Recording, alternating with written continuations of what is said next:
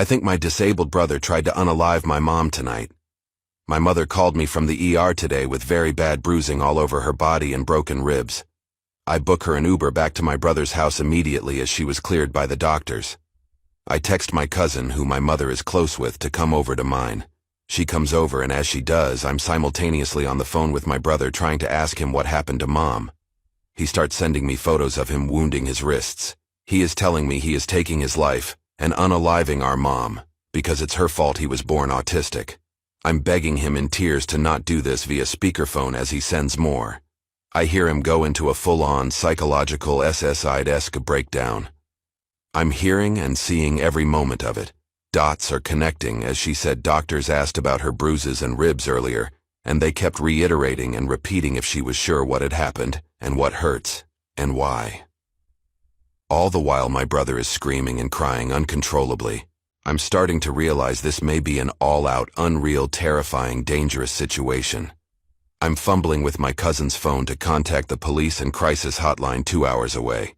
3 different dispatchers tell me they can't patch me through that far. I also am texting my cousin, who is there at the house with my brother. I'm telling her what he's doing and saying behind his barricaded closed door, all while keeping my SSI-driven brother on the line, trying to prevent him from hurting Mom. He continues to cry that he's going to jail. I keep asking why and reassuring him that he can go to a hospital and get help and get better, and that he promised me he wouldn't do this no matter how hard life got. We lost our dad, who was an abusive addict, together, and he promised me to not lose it again, ever, and always be here. I think my disabled brother tried to unalive my mom tonight. I said he promised me. He continues to hurt himself and show me every second. It's extremely hard to watch, and as someone who has recovered from self-hurting, it's extremely nauseating to see. Too many boundary-crossing pics. He wounded his own pee-pee and showed me. I'm physically feeling sick at this point. He tells me, I don't want to be here and I'm taking her with me, and at this point I realize I could potentially wake up without a brother, mom, or anyone. I hear the cops come in. He immediately states, I'm completely cooperative, and he never has the chance to hang up on me. My idiot self stays on the phone listening to him be evaluated and detained for over 45 minutes, before I hang up and realize I'm possibly in shock and disassociating. The way he went from wailing he was going to end his life to totally cordial to the cops in no time at all is effing disturbing. I still can't get past it. He is on a mandatory 72-hour psych hold, and my cousin stayed with my mom for the night. I now know that he threw her around like a rag doll. A 32-year-old man flung his 70-year-old post-stroke mother around her house like a toy. He put her in a submission hold. He broke her cane, held her down so hard on her bed he broke a rib. He repeatedly asked her if she was ready to die. He got up and grabbed a knife from the kitchen. He plunged it into the bed near her head repeatedly. She said she just prayed. He taunted her, and every time she got up he knocked her back down. This went on for 2 days.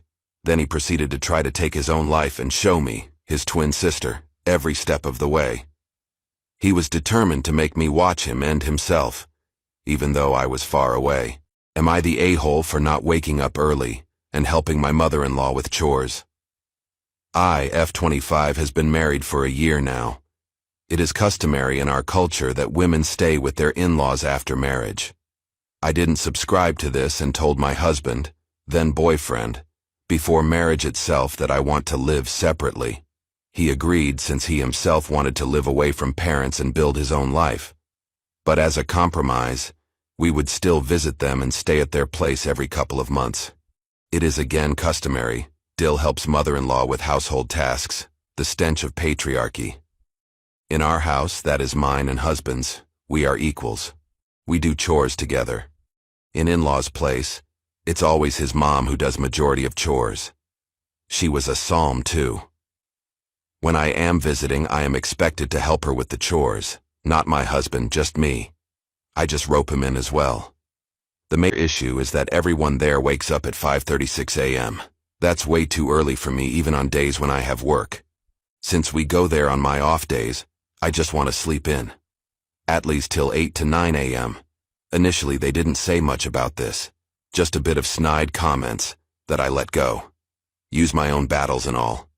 But today morning, My mother-in-law made a big show of how I never help her with chores. Let me clarify. She wakes at 6 a.m. and finishes most tasks by 9 a.m. By the time I am awake, it's all done. I help prep, but that doesn't count to her. The fact I don't slave away in kitchen is making her mad. When she went on a whole woe on me act, my husband, who normally supports me, also got mad at me. He asked why I couldn't wake up few days out of a month earlier than I want to and help his mom. When I said he can help his mom himself since he wakes up anyway, he said that's not the point. He said he doesn't ask much of me, and this is least I can do. Respect his parents when we are staying under their roof. I got mad and told him, I don't want to stay under their roof, and neither do I have to. With that, I just packed my bags and left that place. Am I the a-hole for not waking up early and helping my mother-in-law with chores? Now my parents and husband are blasting my phone for overreacting. Am I the a-hole? 'Cause I see a lot of comments asking me to help my mother-in-law. No one has anywhere to be. It's literally the weekend. There's no requirement for things to be done by that time, other than the fact it is how we do here. And I help her meal prep, cut veggies and everything the night before. I clean the house too, roping in my husband as well, though we literally visit for 2 days. Also to people who commented I shouldn't go then, my initial agreement, before marriage with them and my husband was that I wouldn't go. I work full-time in a different city. I want to relax on weekends. They kept calling, begging and guilt-tripping. I finally agreed to visit, as in, 1 weekend a month. We go there Friday after office and return Sunday night. That's literally the entire weekend and duration of stay. If I wasn't there, I would be sleeping until 12 noon of after. Husband knows this well. As I respect his home, I am getting at 8-9. It feels like yet another working day to me. Getting at 6 a.m. is like overtime on already hectic 12-day week. To all who are guessing, yes, I am Indian. From Kerala, to be precise. And yeah, I know many other cultures have this in common. Reading each of your stories makes me sadder and braver at the same time. To everyone who is saying you know what you married into, now do as they want. A bit of backstory. I am from the same culture they are. I grew up seeing my mom work harder hours than my dad, get home later and using crowded public transport while my dad used own vehicle, and then make tea for him. It sounds very simple. A tea, right? It's not. It's coming on struggling in public transport, and as soon as you reach having to go, make tea for a man who has reached home from his job 10 minutes away in own vehicle. Make him tea and dinner while he watched TV. I know the fight she fought and fate she accepted. I know even after 30 years of marriage she is upset I called out my innocent husband on his baby behavior. He throws tantrums and hits people when they don't agree with him. Poor baby. I, 29 Canadian, met my, now, husband, 29, Egyptian Canadian, in early 2021 via a dating app, but we had mutual friends already, same university. I quickly fell for him and after a year we got engaged. 2 months later, we had our Kapatub Nikah Islamic ceremony.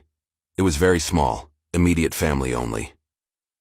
Our wedding reception is in 1 week, 4.5 months after the Kapatub. There is obviously a fair amount of stress, as we're stretched pretty thin, to make the wedding work shortly after purchasing our first home. My husband is in a new job, and I'm in a famously high-stress job. I definitely acknowledge I have not been my best self lately, trying to make ends meet and get myself through each day, frankly. On to the red flag. My husband is a charismatic, funny guy. He's loud, as am I. His personality has been something I've loved about him since I met him. But lately there's less humor and more commentary on world politics, sometimes right-wing conspiracy, or what I would call conspiracy, type stuff. It's preachy. When I engage, it quickly becomes a fight, seemingly regardless of my stance. When I take issue with his tone and personal attacks, I get yelled at or told I'm purposefully vilifying him. He's starting to shout at me more often. Today it was in front of his whole family. It was humiliating. I cried.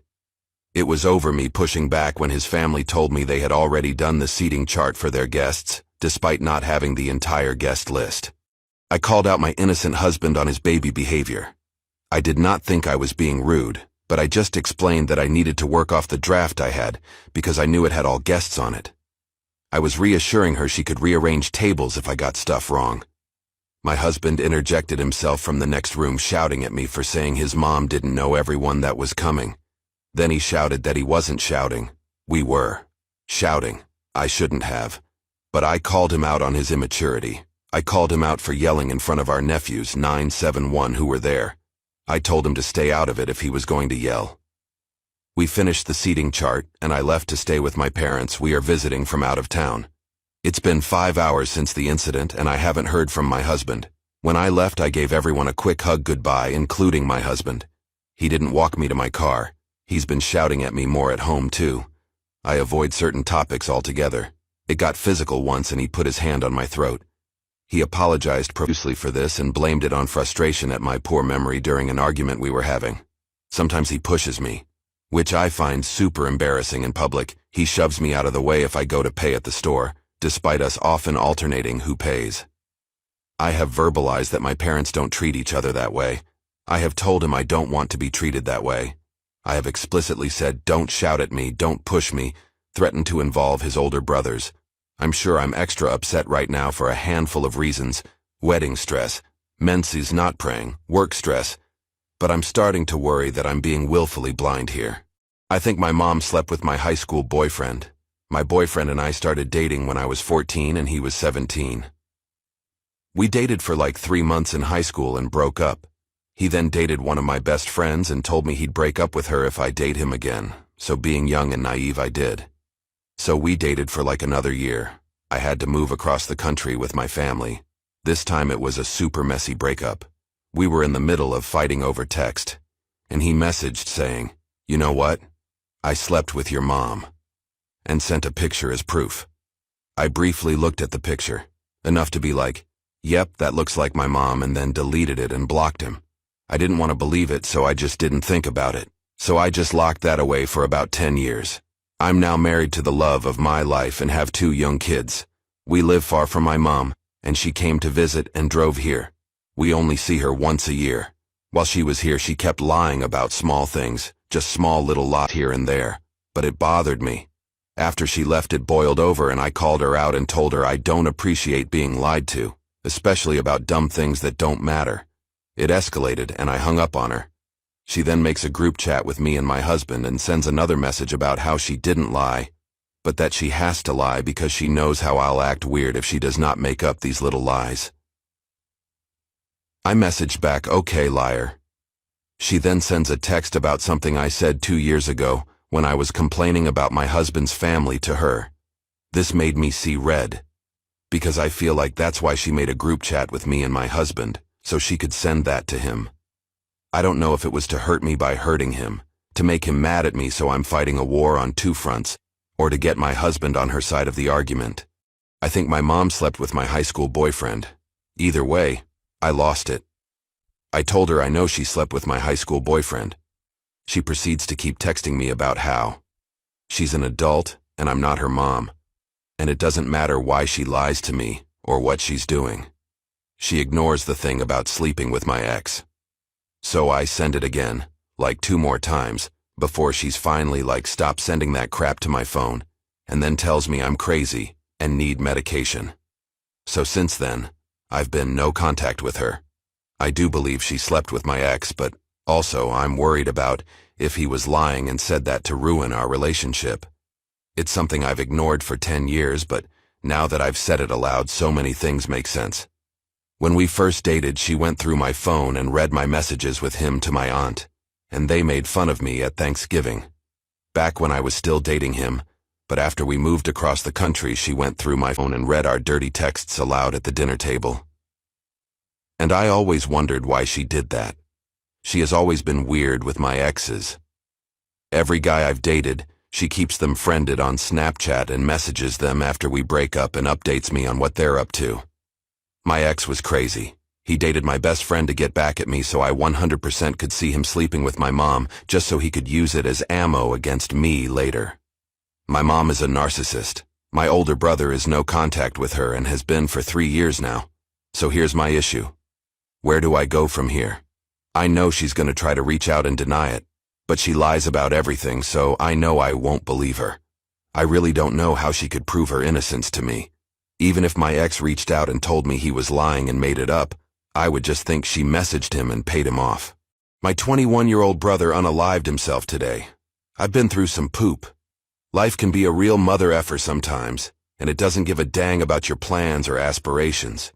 You're just going along, minding your own goddamn business, and then bam, something effing blindsides you and knocks you off your feet. But let me tell you, nothing, and I mean nothing, compares to the gut-wrenching pain of losing a loved one to unaliving. It's like being punched in the chest repeatedly, your heart shattering into a million effing pieces. That sense of emptiness that settles in your soul, it's suffocating, like drowning in an ocean of sorrow. My older brother was just 21 when he decided to end his own life. 21 years of laughter, fights, and shared memories, all extinguished in a single selfish act. The grief that tore through our family was indescribably. It was like a tsunami of pain, annihilating everything in its path. You know, my brother was a goddamn force of nature. He was the life of the party, always cracking jokes and making everyone around him laugh until their stomachs hurt. We were tight, inseparable. We had our fair share of adventures, from sneaking out past curfew to causing chaos during family reunions. But beneath that larger-than-life personality, there was a darkness lurking within him. Mental demons that he battled silently, masking them with smiles and laughter. None of us had a effing clue. We were blindsided, left to pick up the shattered remnants of his broken soul. I remember the days that followed his death, like a blur of tears and unanswered questions.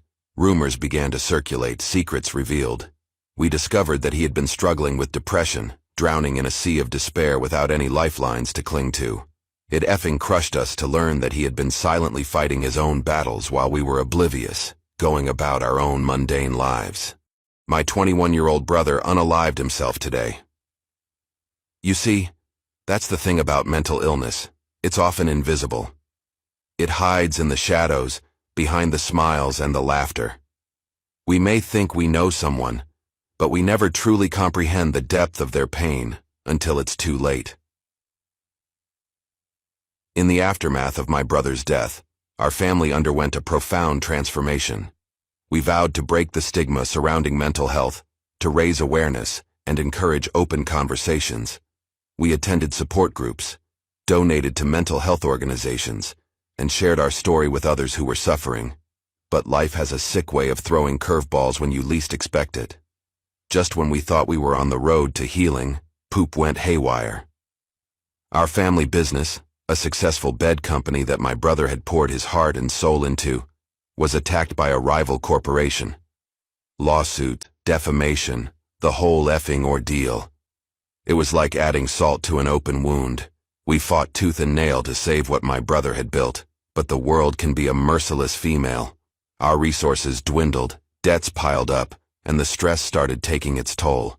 It felt like we were drowning all over again, gasping for air, searching for a lifeline. We held on to hope, to faith, to the memory of my brother. We refused to give up, to let his death be in vain. But as the days passed, as the pressure mounted, we started to realize that this was a battle we might not be able to win. We were on the brink of defeat, of surrendering to the darkness, when suddenly, a light shone in the darkness, a ray of hope, a sign of deliverance. We were saved by the unlikeliest of heroes. A mysterious benefactor had stepped in to save the day, to save our business and our legacy. We were stunned, speechless. My stepdad turned my family against me. So let me start this off by saying I apologize for how long this may be. My dad passed when I was 15.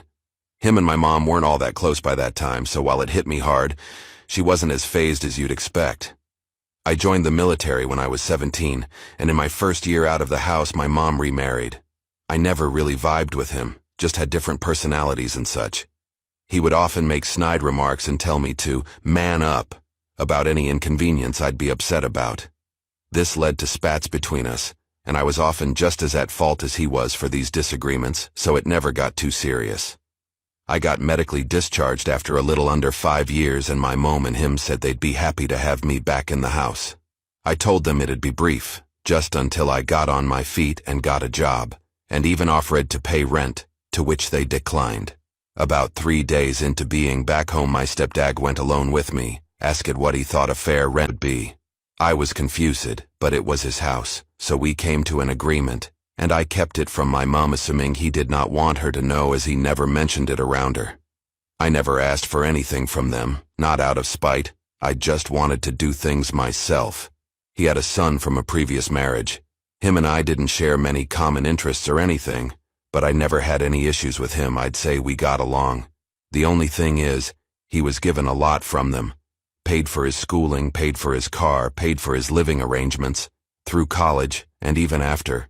I was a little less than a year older than him. So he started college right after they married. Like I said, I didn't want or need the help, but it felt lame that he'd get all that assistance, and I was immediately asked for rent, but I digress. I moved out after 3 months, and not long after met a girl who I was crazy about, and we started dating. It was my first relationship, and I was over the moon the entire time. Like in that early relationship haze, but it was just constant. I was very nervous to bring her home. My mom and I were very close, and I always worried she'd be very judgmental of a girl I'd bring home. My worries ended up being unwarranted. They got along extremely well. My girlfriend does not have a family, really, long story, so my mom and stepdad became like that for her. Her and my mom hit it off extremely well, to the point they were hanging out, just the two of them at times. My stepdad turned my family against me, and it made me extremely happy. My stepdad even really liked her, and I felt it brought us closer together, which isn't something I felt I wanted until we were. His dad abandoned his family growing up, and he put himself through school and got a nice high-paying job all by himself, which I had immense respect in him for. About a year, and I knew this was the girl I was going to marry. I told my mom and stepdad, and they both seemed extremely happy. She was practically part of the family already. My mom gave me her engagement ring, my dad gave her, which she kept. The job I had didn't pay great, so I figured even if it wasn't the ring she'd always have, it'd be a great placeholder. When I proposed, my girlfriend told me it wasn't a placeholder, and she absolutely loved it. I was legitimately never happier in my life. We started wedding planning, and my mom and stepdad said they'd help take care of the finances. It was the first time they'd offered to help me financially, and it really meant a lot.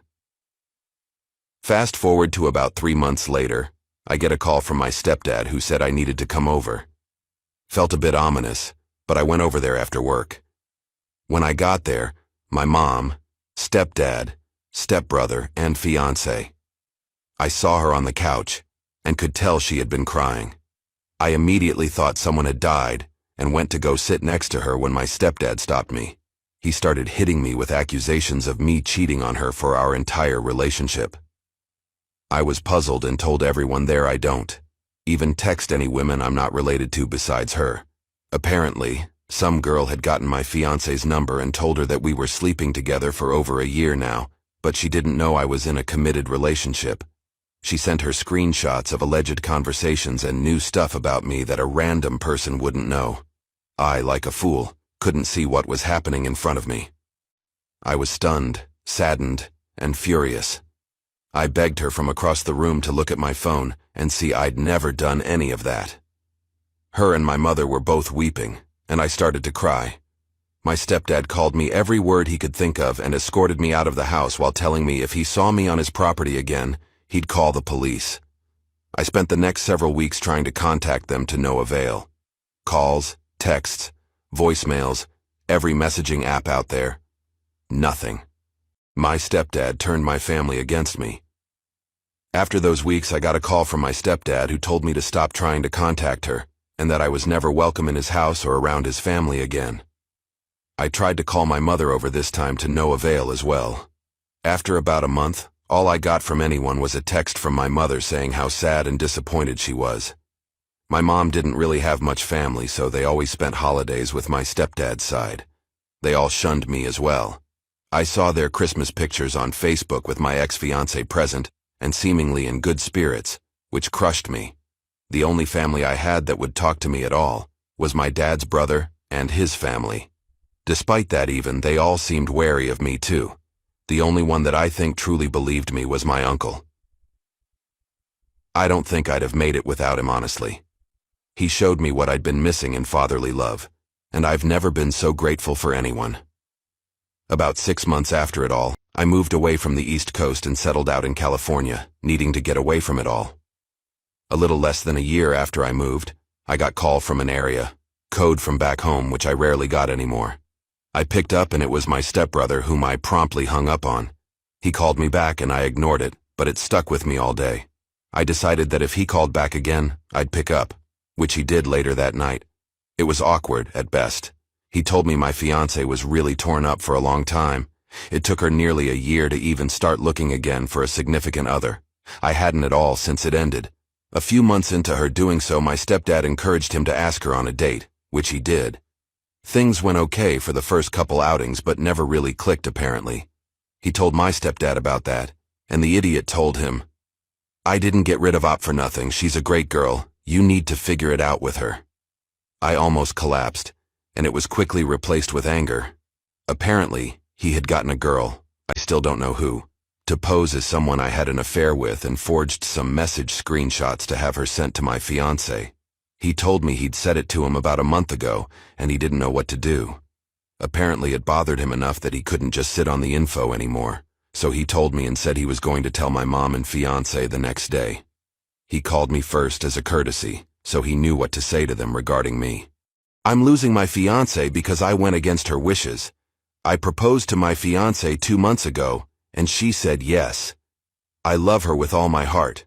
Only problem that we were facing was that I haven't met her family because she has not had any contact with them for 20 years. For my family, that's a red flag. My mom suggested to me that since we are engaged now, they're my family too, so we contacted them. Her mom was so sweet, and she started crying the moment I introduced myself. Her father is also very kind.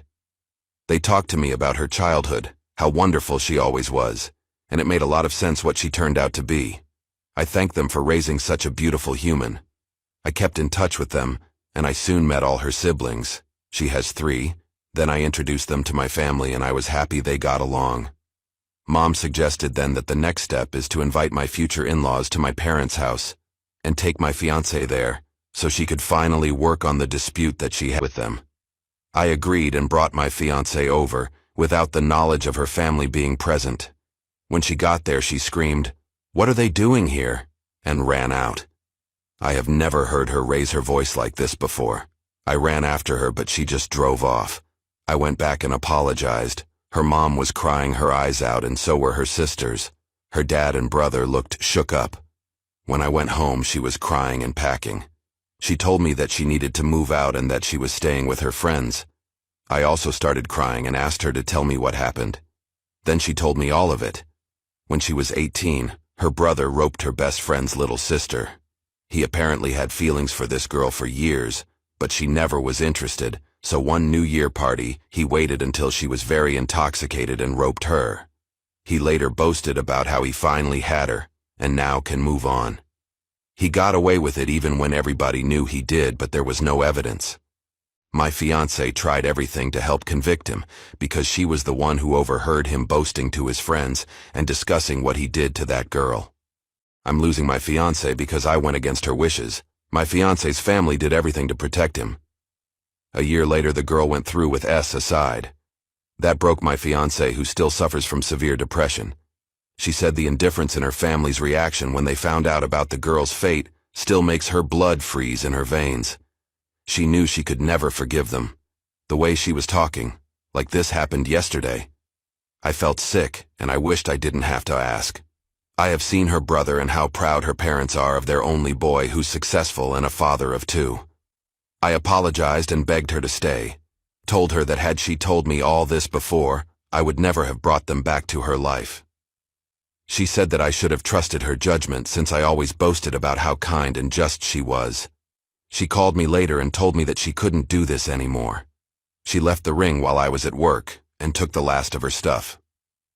Mom says that my fiancé is being overdramatic now, and all this has happened so long ago, and we should all move on since her family still loved and wanted her back. Today, I decided to call my fiancé before breakfast. I told her that I love her more than she knows, and that I know she loves me. that I never in a million years thought people who loved each other this much would break up. I apologized and promised to make it up to her for the rest of my life if she gave me a second chance. I told her we can move away from our families, and I promised her that it would be the two of us from now on. Nobody will have a say in how we live our lives but us. She was crying the whole time, and I must admit that I'm not a crier myself, but I haven't stopped crying since yesterday. I hope she gives me a new chance to make it up to her. I slept with another man again, and I don't know how to tell my husband. My husband Adam and I have been together for 12 years. He's been my first true love, my first boyfriend, and the first one I ever had intimacy with. The fact that he's 5 years older than me and that he had a bit of dating and adult experiences before made him decide we should expand our intimacy life a bit. We visited a intimacy cinema a few years back that allowed public intimacy. There, we met Zach. Zach's been pretty persistent and exchanged numbers with me after Adam pushed me too. We didn't do anything really back then, as, while I could bring myself over to let people watch, I couldn't actually do something with someone else. This lasted for a few years, in which I successfully convinced Adam to let these delicate matters stay between the two of us, but it occasionally resurfaced after he voiced concern that, since I don't know anyone besides him, might cheat like his exes. As this started to become a center topic, I agreed to meet Zach 3 times in a single year, a couple years after I originally met him. It was mixed feelings. Some things I learned about my own body I didn't know before.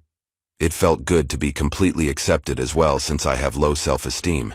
He was never shy to voice how attractive I am and how he worships me, things I hardly heard from Adam since he isn't really the vocal type. But other than a few sweet words and skilled fingers, Zach is disgusting. I hate his smell, his taste. I don't find his sounds or his looks appealing. The very first time I gave him neck, his pee-pee had cheese, and I actually threw up when it was done. I told Adam that I don't want to do this anymore. He accepted. Fast forward to now. While I was meeting with Zach, Adam found that he's got a thing for other people wanting me, even if it went as far as him sharing me. I slept with another man again, and I don't know how to tell my husband. He's been on it again for the past year about how I'm boring for wanting to keep intimacy just between us, and how the mere thought of another guy craving me makes him hotter than a furnace. I think he loves the thought that someone desires what he has. Velp. It got to the point again I let my love for him get the better of me.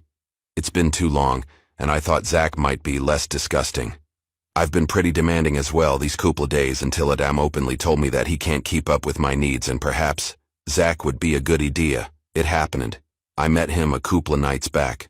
Once I returned, Adam was all over me, and he keeps talking about how glad he is that I decided to do this again. He also shuts down any attempt of me telling him how I feel about it by rolling his eyes or sighing whenever it's the slightest hint of, it was a mistake. While we usually are able to discuss everything, Zach was a terrible experience, and I am still hurting down there. He got into substance abuse, something I didn't know beforehand. He couldn't get a stiffy because of this, and he resented other means and wasn't exactly willing to let me go. I couldn't get my mind off the situation I was in, and while I fully well am aware of the fact that I initiated, I felt like the stupid lamb walking into the wolf's den. His smell is covering me no matter how many times I shower. The pain won't ease. Whenever I have a silent moment for myself, I see his face and hear his fake sounds to get me in the mood, and I feel trapped again. He never resorted to violence or threatened me, so I don't even know why the heck I feel this way. My sister used her emotional trauma to get close to my husband. My sister Lisa lost her husband Jimmy 2 years ago in a motorcycle accident. A year ago, she reached out to us and told us she was having a hard time adjusting and said that she needed help. I helped her find a good therapist, and she has been getting her life back on track. My husband Rick felt bad for her and started spending a lot of time with her. For the past 6 months, they have spent more and more time together. At first I was fine with it because she was finally becoming like my sister again. She started smiling. I was so happy for her, and so was my husband. They started spending more time alone, and I got a little jealous. I told my husband I would like it if we could spend more time together and that I was feeling a little neglected. He said okay, but nothing changed. Today, my sister came to my house crying because she had a dream about Jimmy. My husband and I comforted her, but I was a little annoyed because the second I let her in my house, she ran into my husband's arms. We all went into the living room and sat down. My husband asked her what happened in the dream, and she actually asked me to leave the room because she didn't feel comfortable telling me. I was so upset at this point, I immediately left and started tearing up in the other room. I was in the other room for around 10 minutes when I heard a loud sound in the living room, so I got up and went there. I could not believe what I saw. They were having intimacy on my couch in our home. I ran out of the room because I was going to vomit right there and locked myself in my room. Rick walked into the room an hour later, still topless, and wouldn't even look at me. He mumbled something and sat on the bed. I was so angry that he wouldn't even look at me that I almost left right there. I asked him what the heck was going on with him and my sister. He sat there for a few minutes without saying anything while I was crying my eyes out, until I finally yelled at him to answer me. My sister used her emotional trauma to get close to my husband. He whispered that he loved her. At this point, I lost it. I started yelling, how could he do this to me? Do these past 10 years mean nothing to him? Literally dropped to my knees and asked, how could he betray me with my own sister and then tell me he loves her? He was quiet the entire time until I stopped yelling. He said that he had been regretting not experimenting with other women before we got married, and that he shouldn't have married the first girl he was with. I was stunned and asked if he ever even loved me. He said yes, but that after spending time with my sister, he realized she is who he wants to be with. I had no words. I didn't have any clue what to say. All my life was falling apart in front of my eyes, and I was scared. I told him I might be pregnant, and he said that he would think about supporting me. Then he said he was leaving me to be with my sister. He apologized to me and told me I deserve better than him, and that he will do whatever he can to help me and the baby, and if I agree to divorce him, he will give me everything he just wants out of our marriage. In that moment, I felt like I hated him and never wanted to see him again, so I screamed at him, fine, just get the F out. You ruined my life. I hope you are effing happy, you piece of crap. And then he had the audacity to try to hug me. I flipped out and pushed him off of me. Someone knocked on the door, then he told me that he still loved me and we would figure everything out, and left. I decided to call my parents and tell them what happened. My mom dropped a bombshell on me that my sister told her that she had feelings for my husband and that she wanted to be with him. Why she didn't tell me this, I have no clue, but I feel like everyone is against me. My fiancé had a tantrum because I skipped his family dinner to see my dying sister. I got engaged to my partner of 7 years, Ray, in May. Both sides of our family were really happy about this, and we had a big family meal 2 weeks after getting engaged. His brother lives 250 miles away and couldn't get here for that meal, so we decided to have a meal just for his family in late June, when his brother would be back for the weekend. This weekend was arranged long before we got engaged, so he wasn't back just for the meal. Earlier this year, my sister Casey got a serious eye infection that very quickly turned into an ulcer, which scarred her cornea and left it at a high risk of a perforation. She needed a corneal graft, but her surgeon was away for 4 weeks, so she was going to have to wait until he got back to have it. However, her eye didn't hold, and it perforated the day I was supposed to be going to the family meal with Ray's brother. Kaisa's wife was at work and had her phone turned off, and our mom was away with our stepdad, so when Casey called me to let me know what was happening, I knew she would be at the hospital on her own. I immediately talked to my boss, and he let me go early so Casey wasn't on her own. I texted Ray to let him know what was going on, and he texted me back to send Kay his love and to remind me about the meal that night. I ignored the comment about the meal, as it was the last thing on my mind. Once I got to the hospital, I was taken back into a room where Casey was, to be greeted by 3 doctors and 2 nurses rushing around trying to help Casey. I was then informed that she needed to have an emergency operation to have her eye glued, or else she would lose it. The problem was that they didn't have a surgeon at that hospital that could do it, and she needed to go to another hospital an hour and a half away. They asked if she would need transportation, or if I could take her. I said I would take her. Once we got to the other hospital, we were told that she would be having the operation at 5:30 p.m. I knew then that I wouldn't make the dinner, and texted Ray to let him know.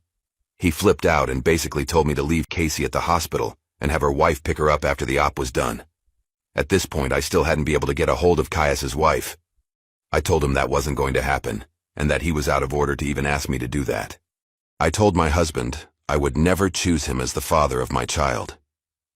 My husband Liam and I have 2 children, and I'm currently pregnant with our 3rd. Liam has so far been a wonderful husband and a fantastic father. I was out at brunch with a few friends of mine. I was telling them a funny story about my cravings and how Liam had made a cake from scratch for it.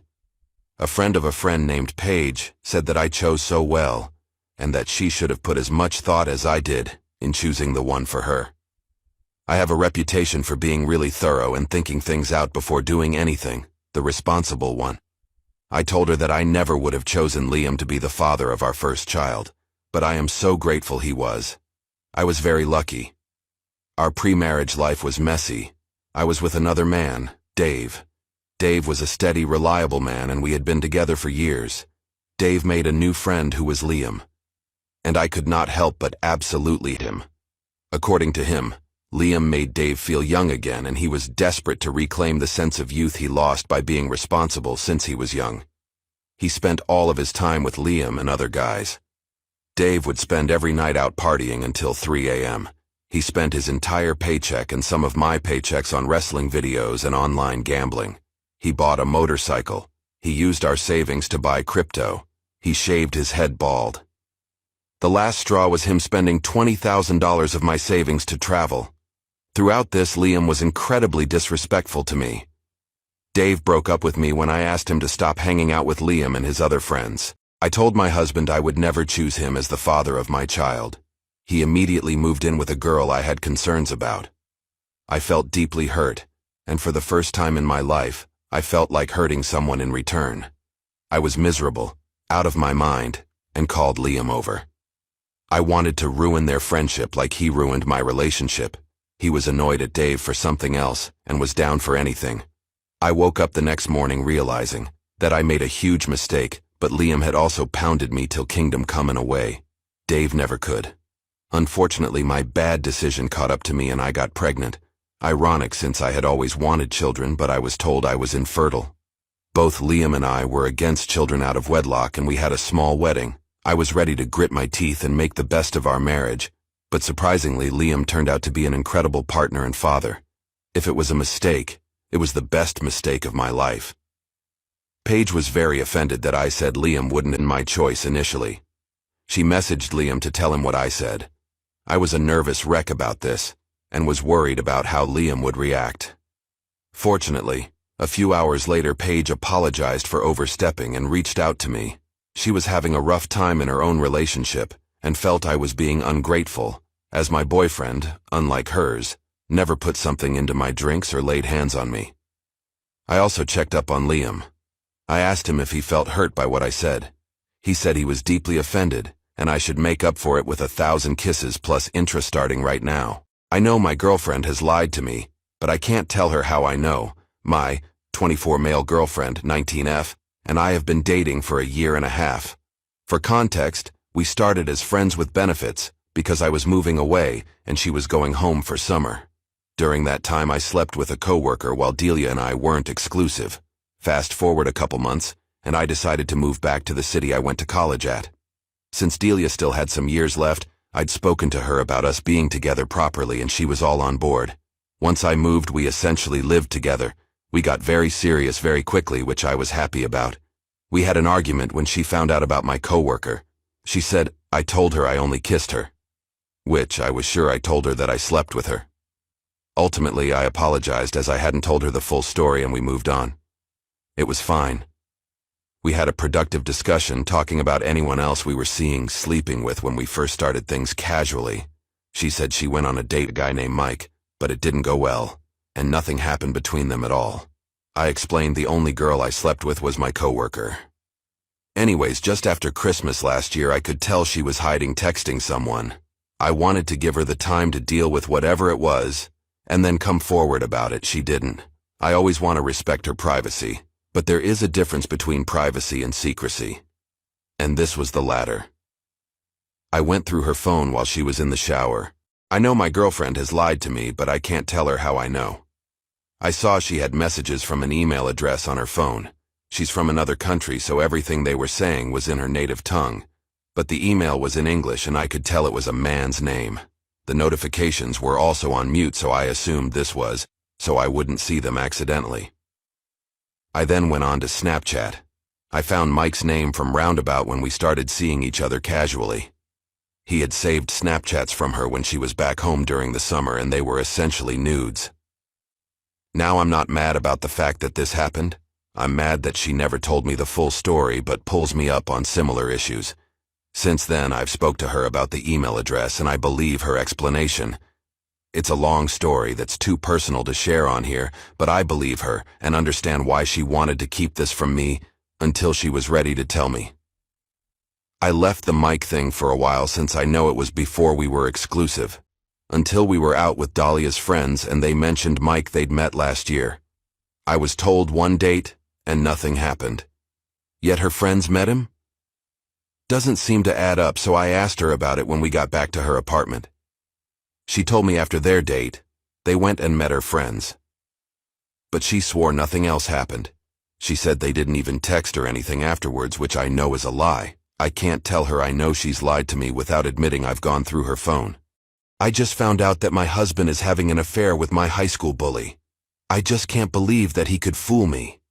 His affair started 6 months ago. There were no sign. I just found out by accident 3 weeks ago when his phone was on the nightstand. My husband was sleeping with my high school bully. I grew up in a small town and this woman bullied me severely in middle and high school. I confided in my husband that this woman's bullying literally made me attempt to take my life. The only reason I am alive is because my parents come home early and found me on time. Knowing this, he still slept with her. After graduation, I did everything to find a job in a bigger city and moved, leaving all the hurtful memories. I worked hard for a year, found an apartment, bought a car, and later started college. That's where I met my husband. We got married 2 years ago. I'm 8 weeks pregnant now. He doesn't know yet. When I was in college, my bully reached out to me after we bumped into each other at a party.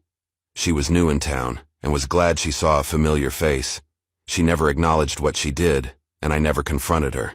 I didn't want to open old wounds. However, I wasn't going to befriend her, so I just rebuffed any attempt of reconnecting. She still moved in the same crowd as my husband and me. 3 weeks ago, when my husband was in the shower, he got a notification on Messenger. I thought it was odd since he's not been active on Facebook or Messenger in ages. We know each other's code, so I looked and there was her name in pictures, telling him she missed his pee-pee. I scrolled a few messages back and there was a full conversation. Full pictures of everything from both parties involved. I just found out that my husband is having an affair with my high school bully. I felt sick and my eyes went blurry, so I just left the phone back where it was and acted like nothing. Over the next 2 weeks, I looked in his phone whenever I could. I found out that my husband deleted Messenger when he didn't use it, except for the time he forgot and I found it. I started doing the same. Whenever he's sleeping, playing games or out for a run, I take his phone and install Messenger. I could trace back their relationship to 6 months ago. They'd been sleeping together for 4, a lot of graphic descriptions of what they want to do or have done to each other, but also a lot about me. Although it was often one-sided, it's always my bully asking questions and trying to get answers about me, and my husband either reluctantly answering or outright telling her not to talk about me. But they've discussed my intimate life and apparently I'm a vanilla bean.